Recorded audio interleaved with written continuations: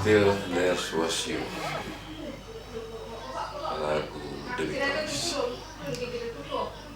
Lagu ini sangat cocok untuk dijadikan model untuk memahami bagaimana proses kita membuat melodi, khususnya dalam jazz 251, jazz bebop.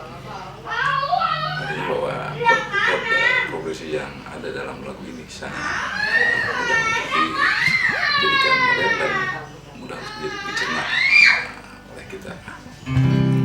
Lagu ini nada dasarnya adalah C major. Lagunya seperti ini. A, D minor,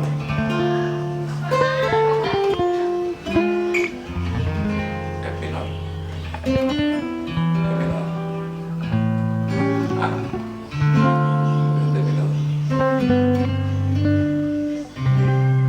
ke C lagi, ada bridge.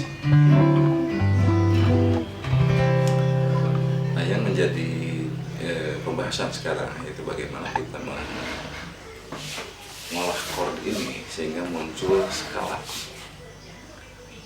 yang bisa digunakan.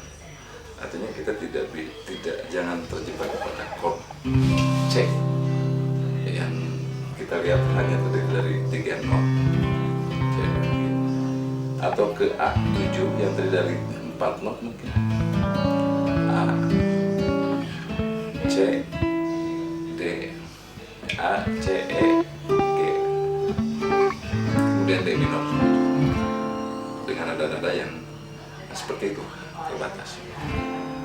Artinya bahwa ketika kita memainkan chord C mayor,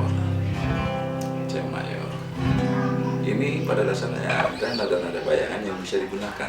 Artinya nada mayor 7 yaitu ini. Kemudian ada mayor 9. Artinya bahwa ketika kita memainkan melodi, walaupun chordnya adalah chord C, tidak dibunyikan nada 9 atau 7-nya, tetapi kita bisa menggunakan chord nada-nada yang termasuk dalam chord mayor 7 atau 9.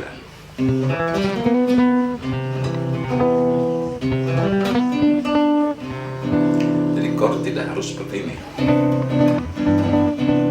Bisa saja seperti ini chordnya.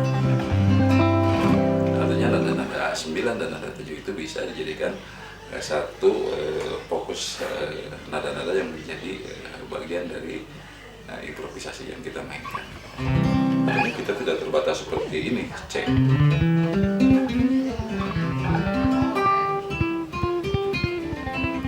Nah, itu seperti musik-musik keroncong seperti itu. Artinya nada-nada diwakili arpeggio dari C mayor ini. Nah, ketika kita memainkan nada C mayor 7, maka chord akan dibentuk dengan chord C mayor 7. Nah, sebenarnya ini tidak seperti itu. Artinya bahwa C mayor 7 ini, C mayor ini bisa menggunakan C mayor 9, C mayor 7, dan mungkin C6 tidak, C6, 9, C13, C13. Begitu pula ketika akor ke A7. A7 ini pada dasarnya ini ada nada-nada bayangan, artinya ada 9, ada 11,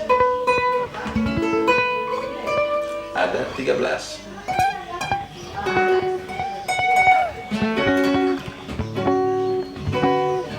Nada-nada ini juga bisa dipakai walaupun chordnya tidak menggunakan chord 13 atau chord 9. Artinya itu nada-nada bayangan ini dijadikan sebagai satu tambahan nada-nada untuk berimprovisasi. Jadi kalau kita terpaku pada chordnya saja, chord A7, maka kita akan kesulitan dan tidak ada sama sekali tersirat di dalam pemikiran kita untuk memijit atau menekan nada-nada di luar not itu, chord itu. Nah, maka di sini untuk chord A7 itu bisa ke A9, bisa ke 11, bisa ke 13.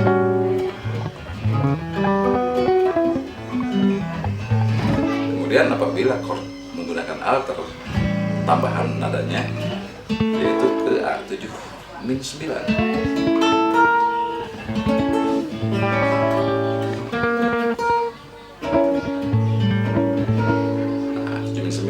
Ini bisa digunakan juga berarti nada bass ini, walaupun chordnya tidak menekan nada tersebut. Nada ini min 9 atau plus 9.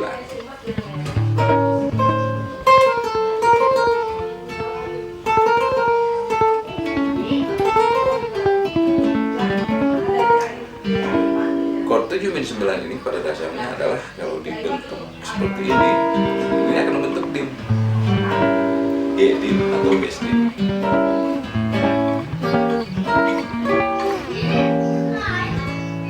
Dim ini ada 4 namanya, itu hampir sama karena sama chordnya jaraknya 1/2 Jadi untuk setiap yang dipijit adalah nama chordnya. Apabila lebih mudah menebasnya, itu adalah menjadikan sebagai nama chord. Misalkan ini E dim, G dim, bass dim. Jadi ketika akord ke A7 maka nadanya bisa menggunakan nada yang ada di dalam chord dim, dan skala yang digunakan bisa menggunakan skala diminis, yaitu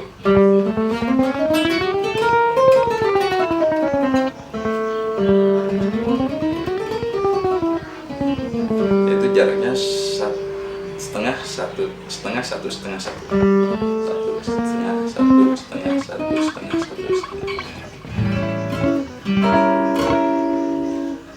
Kemudian ada lagi pengganti dim, yaitu adalah bass minor melodic untuk A7 ini, yaitu ini.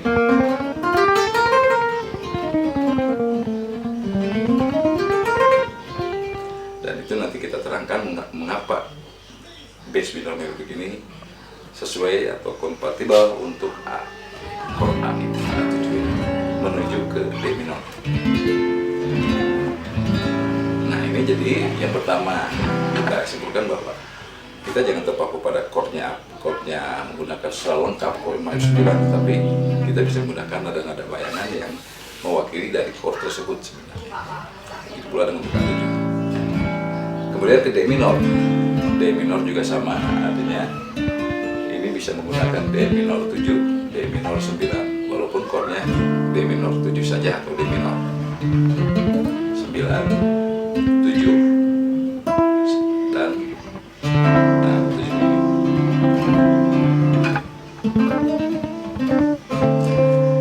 Kemudian kembali ke G, G7. G7 pada dasarnya hampir sama cara kerjanya dengan A7. Dari G7 itu mau ke C, ke tonika, atau dari A7 mau ke D minor tonika minor ini. Dari G mau ke tonika mayor. Artinya ini bisa menggunakan G9, 11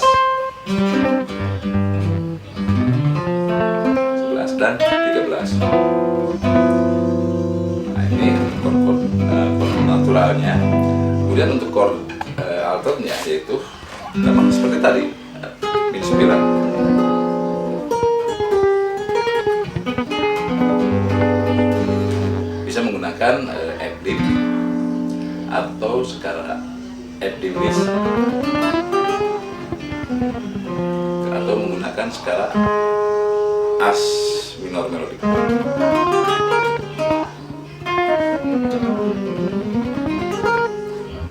Baru kecil.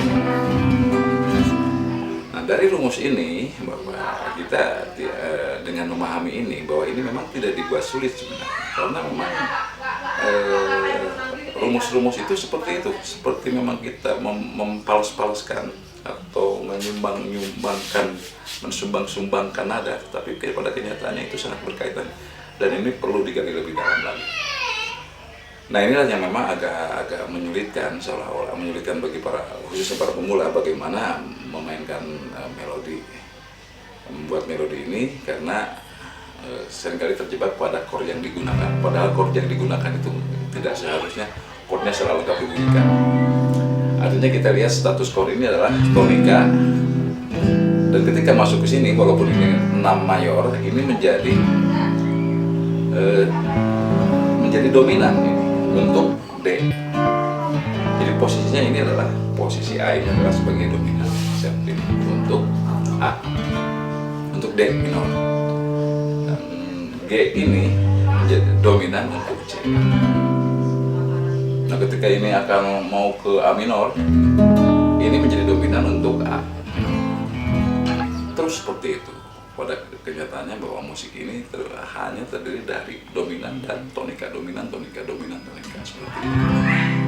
Nah, artinya bahwa dominan itu bisa berpindah-pindah, tonika bisa berpindah-pindah, walaupun pada prakteknya ini sebenarnya nada dasarnya cuma satu, hanya pada kenyataannya pada prakteknya ini supaya kita lebih memahami fungsi chord ini, maka ini bisa berubah menjadi ini dominan, padahal ini merupakan tingkat 6 mayor.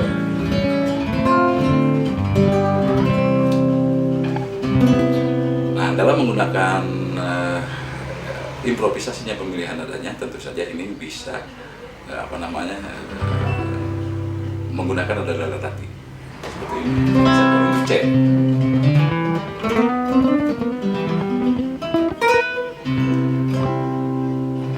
Itu adalah untuk chord C mayor 7 atau C mayor 9.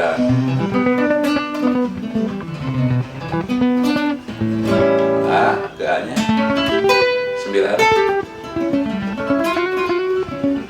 Ini 13. Nah, tadi A hampir lupa, A nya itu bisa menggunakan A augmented atau A 7 plus 5. Ini untuk kita lebih mudah menyesuaikan skala dengan skala nilai melodi.